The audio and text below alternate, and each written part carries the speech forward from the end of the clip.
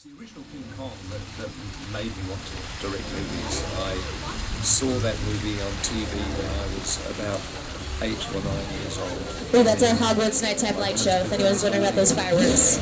I'll give you the show times later. That just take you away from your real life and sweep you up an adventure. Kong literally does that. I mean, you're on board the ship, you're sailing to a lost island, you're encountering monsters and creatures from, prehistoric times.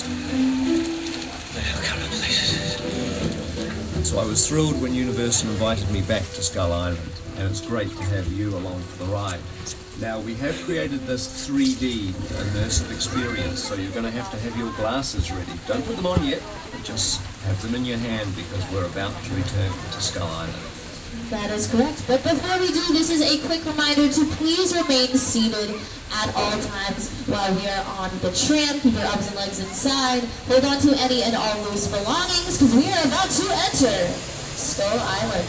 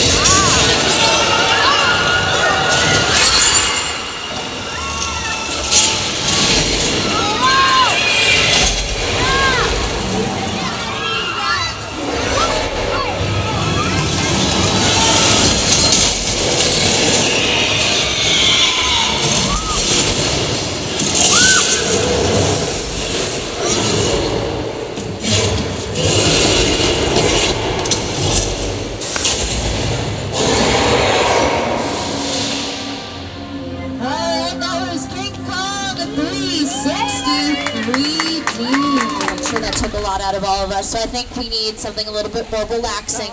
So we're going to head over to the beach for a bit. I know it said beach closed, but don't worry. I'm going to take you guys through anyway. There has been a bit of a shark problem in the past in these waters, but I think they've cleared it up, so we should be all good to head on through. Let's just remain seated in case... Ooh, okay, you know what? It looks like there might be a shark in the water. I spoke too soon. We should have a police diver out here patrolling the area. His name is George. Oh, there is another George. George, please swim back to the boat. George.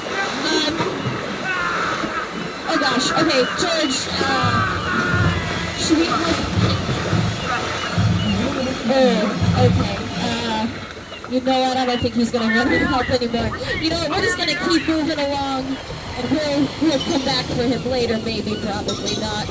But let's just hide behind this pier right here full of flammable barrels of gasoline. This seems like a terrible idea. Okay.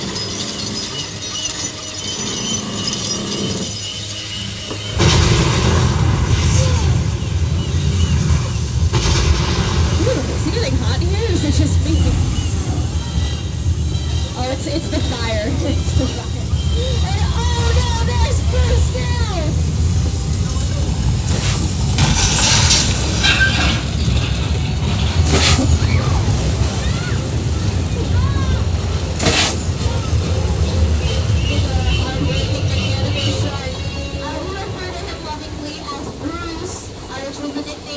Spielberg gave Jaws after his lawyer, Bruce Raymer.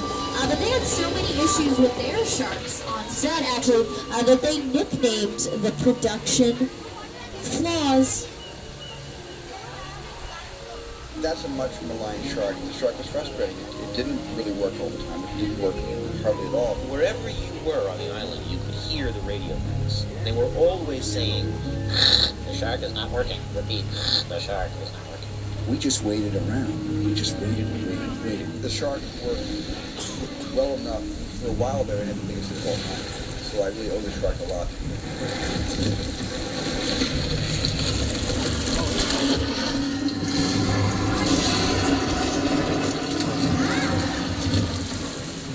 So that was a production that very much had to adapt when their practical effects did not work out the way that they intended. But ultimately Jaws became a major success, the highest grossing film of the time and the first summer blockbuster.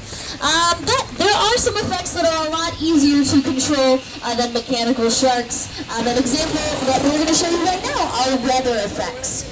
So does this feel a bit redundant because it has been raining the entire day? Maybe. But I'm going to show you how we make rain in the movies. So this is our little weather demonstration right here to show you how we make rain. So it's just a very simple sprinkler system. The water just falls down naturally. And then when the camera captures it, it looks like it's coming straight out of the snow.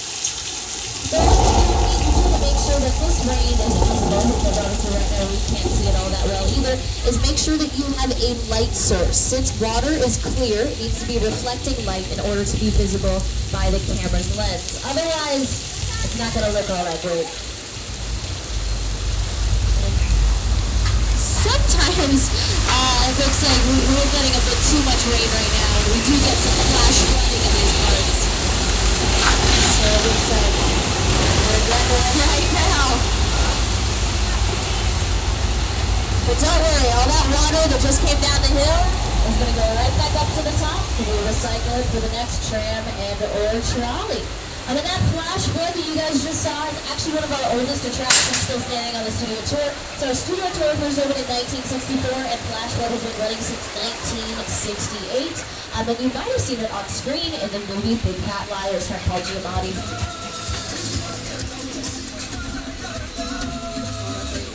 You can't